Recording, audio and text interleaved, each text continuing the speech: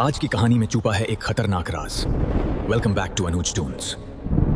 रात के करीब 12 बजे एक काली फॉर्च्यूनर सुनसान हाईवे पर तेजी से दौड़ रही थी। आसमान में बादल गरज रहे थे और हल्की बारिश शुरू हो चुकी थी। और कितनी देर लगेगी आरव? मैं अब बिल्कुल भी नहीं बैठ सकती। पीछे सीट पर बैठी नैना दर्द से कराहते हुए बोली। वो 8 महीने की प्रेग्नेंट थी। बस 10 मिनट और, देखो मैप यही दिखा रहा है। आरव ने मोबाइल पर नजर डालते हुए कहा। पिछले 6 घंटे से दोनों सफर कर रहे थे। आरव का नई कंपनी में ट्रांसफर हुआ था और कंपनी ने उन्हें रहने के लिए एक फ्लैट दिया था। कुछ देर बाद उनकी फॉर्च्यूनर एक पुरानी लेकिन आलीशान बिल्डिंग के सामने जाकर रुकी।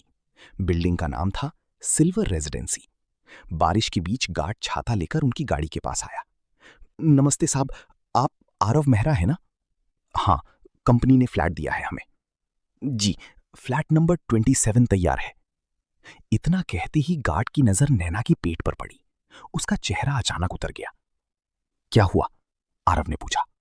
गार्ड घबराकर बोला, साहब अगर हो सके तो आज रात किसी होटल में रुक जाइए। क्यों, कोई दिक्कत है क्या?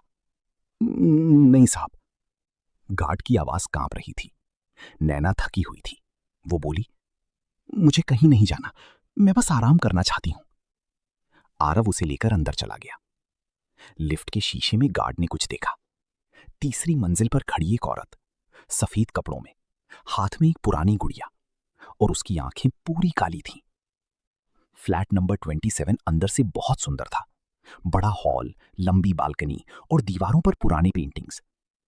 वाह, ये तो उम्मीद से भी अच्छा है। नैना मुस्कुराई। दोनों सामान सेट करने लगी, लेकिन उन्हें पता नहीं था कि कमरे के कोने में कोई उन्हें लगातार देख रहा था। एक औरत, जले हुए चेहरे वाली, जिसकी गोद में टूटी हुई गुड़िया थी। रात के करीब 2 बजे नैना अचानक नींद से उठ गई। उसे लगा कोई उसकी पीठ पर हाथ फेर रहा है। आरव, प्लीज सोने दो ना, उसने आंखें बंद रखते हुए कहा। लेकिन अगले ही पल उसका चेहरा डर से सफेद पड़ गया। वो हाथ इंसानी नहीं था, बहुत गर्म और खुरदुरा। नैना चीख पड़ी। आह! आरव तुरंत उठ बैठा। क्या हुआ? यहां कोई था, उसने मेरे पेट को छुआ। आरव ने पूरा कमरा देखा। वहां कोई नहीं था। तुमने सपना देखा होगा। नहीं आरव, वो सच था। तभी कमरे के कोने से बच्चों की धीमी हंसी सुनाई दी। दोनों एकदम चुप हो गए। अगली सुबह आरव ऑफिस चला गया। नैना अकेली थी। तभी डोरबेल बजी। बाहर एक बुजुर्ग काम वाली खड़ी थी। मैडम, काम के लिए आई हूं। नैना ने उसे अंदर बुला लिया। काम वाली जैसे ही बेडरूम में पहुंची, उसका चेहरा डर से बदल गया। मैडम, आप यहां मत रहो।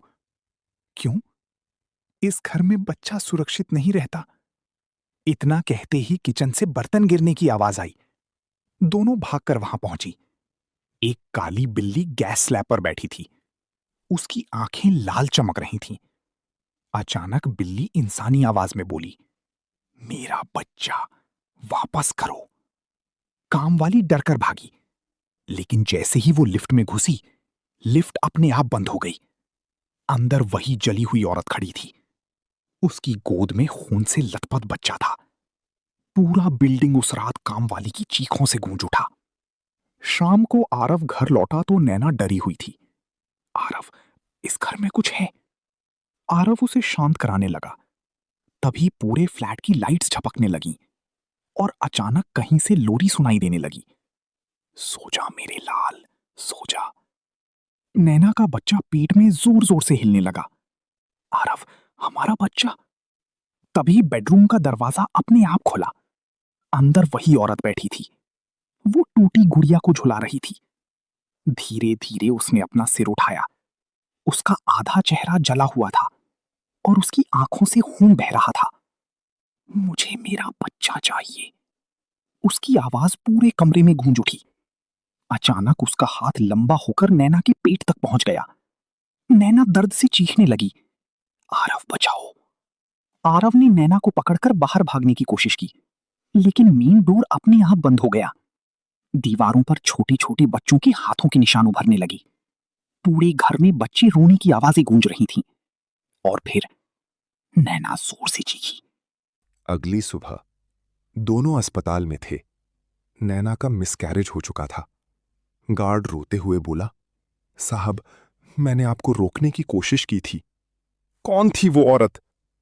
गार्ड ने कांपते हुए कहा, कई साल पहले यहां एक महिला रहती थी। उसका बच्चा पैदा होते ही मर गया था।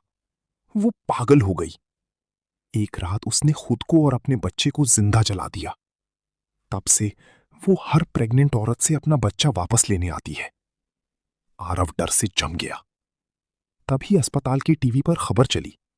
सिल्वर रेजिडेंसी के फ्लैट नंबर 27 में फिर सुनाई दी बच्चे की रोने की आवाज। और उसी समय नैना धीरे धीरे मुस्कुराने लगी। उसने खाली गोद में किसी बच्चे को झुलाना शुरू किया। सो जा मेरे लाल।